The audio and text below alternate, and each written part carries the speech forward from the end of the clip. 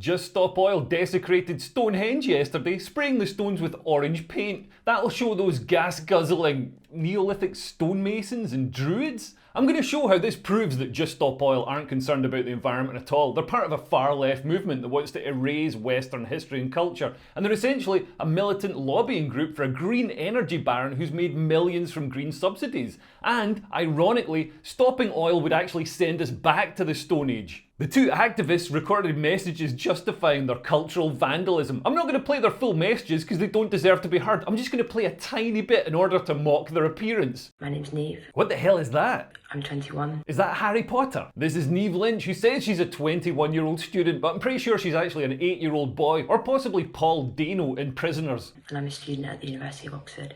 Oxford University. Of course them is at Oxford and went to a posh private school. She's an elitist, overindulged brat defacing monuments built by working men. As George Orwell said, some ideas are so stupid that only intellectuals believe them. She's wearing a t-shirt by Patagonia. That's the clothing brand of choice for the tedious wanker. For thousands of years, people have come to Stonehenge on the solstice to celebrate our natural world. Stonehenge was constructed to align with the sun as it rises and sets on the solstice, the longest day of the year. Stonehenge worships the cosmos. To demand that the UK government commits to signing the Fossil Fuel Non-Proliferation Treaty and promises to stop burning fossil fuels by 2030. To refuse to do so is to warrant death, destruction and suffering on an absolutely immense and immeasurable scale. Couple of points here. She's not suffering. The reason she's not suffering is because she lives in an advanced civilization built on the back of fossil fuels, which are used for everything from energy to transport to fertilizer. During the 200 years or so that we've used fossil fuels, we've seen incredible increases in life expectancy and wealth for the average human being on the planet, and a huge reduction in poverty. Completely ending fossil fuel use by 2030, as she demands, would plunge us into a horrific nightmare of starvation and hardship. So she's a moron. Let's have a look at the other guy. Maybe he's the brains of the operation. Hello, my name is Rajan. I'm pretty sure I fought this guy in Street Fighter 2 on the Mega Drive.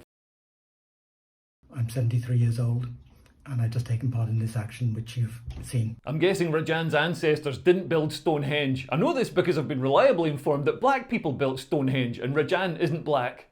Stonehenge is one of the wonders of the world, and we do right to protect it, to do everything we can to protect it.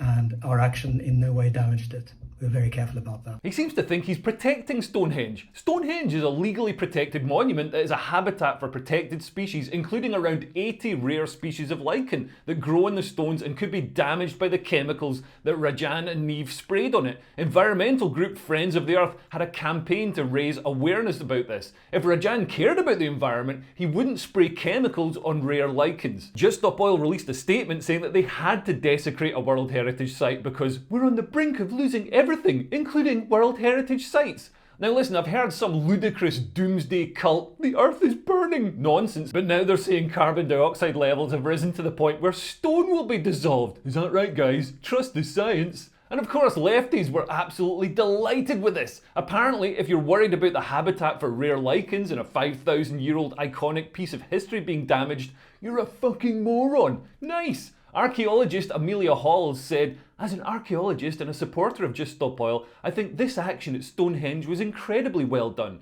It's cornstarch that will wash off in the rain and it's captured the attention of tens of thousands of people online. So much respect." Man, I'd be worried telling her I sprayed cornstarch on a rock in case she ate the rock. And Florence Schechter, who founded the Vagina Museum, says it's a disgrace that people are more upset about history being destroyed than environmental damage. She founded a museum, but thinks history doesn't deserve to be protected. Please make it make sense. Count Dankula made the great point that Justoppo are 100% a Psyop funded by big oil to turn the entire public against climate activism. And it's pretty hard to disagree at this point. Justoppo say that they have to go after high-profile targets to raise awareness, but you know for a fact that they'd never spray paint on a pride flag or a statue of George Floyd, even though that would get a lot of attention. To be honest, our society has allowed this to happen. When statues get thrown in rivers and paintings slashed and nothing happens, we set the precedent that it's okay to destroy and deface history. And I don't really get the point of Justoppo harassing the government to stop oil. We're about to get a hard left Labour government that already promises to stop future licences for British oil and gas.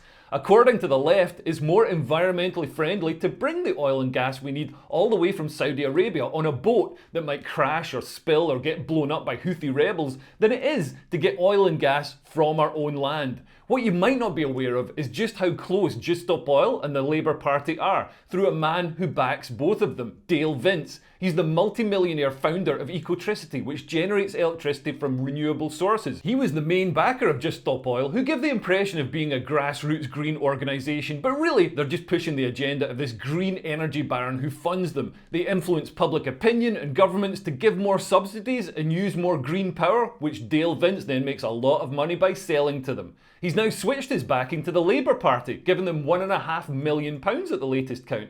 But he gets that back many times over in government subsidies. Under the previous Labour administration, Ecotricity received £36 million in state subsidies. And these subsidies have a massive cost to us. The Renewable Energy Foundation revealed that in 2022, subsidies made energy bills £2.5 billion higher than they would have been. This is money being taken out of the pockets of working people and handed to green energy millionaires like Dale Vince. He doesn't just benefit from subsidies. For a green energy firm like Ecotricity, their competition is other energy companies. So when Keir Starmer promises to end North Sea oil and gas, he's just squashing the competition of his paymaster, like a bent Sicilian politician shutting down a mafia's rival. The whole thing is just politics as it's always been. A guy funds a political party, the political party give kickbacks, we pay for it. I wouldn't be surprised if Keir makes Dale Vince a lord. But Justoppo have gone way too far this time. I love Stonehenge in a way that I don't love other statues or paintings of King Charles. Driving past Stonehenge on the way to gigs in the southwest, it's always amazed me that humble men thousands of years ago could build it. It makes me feel part of something bigger.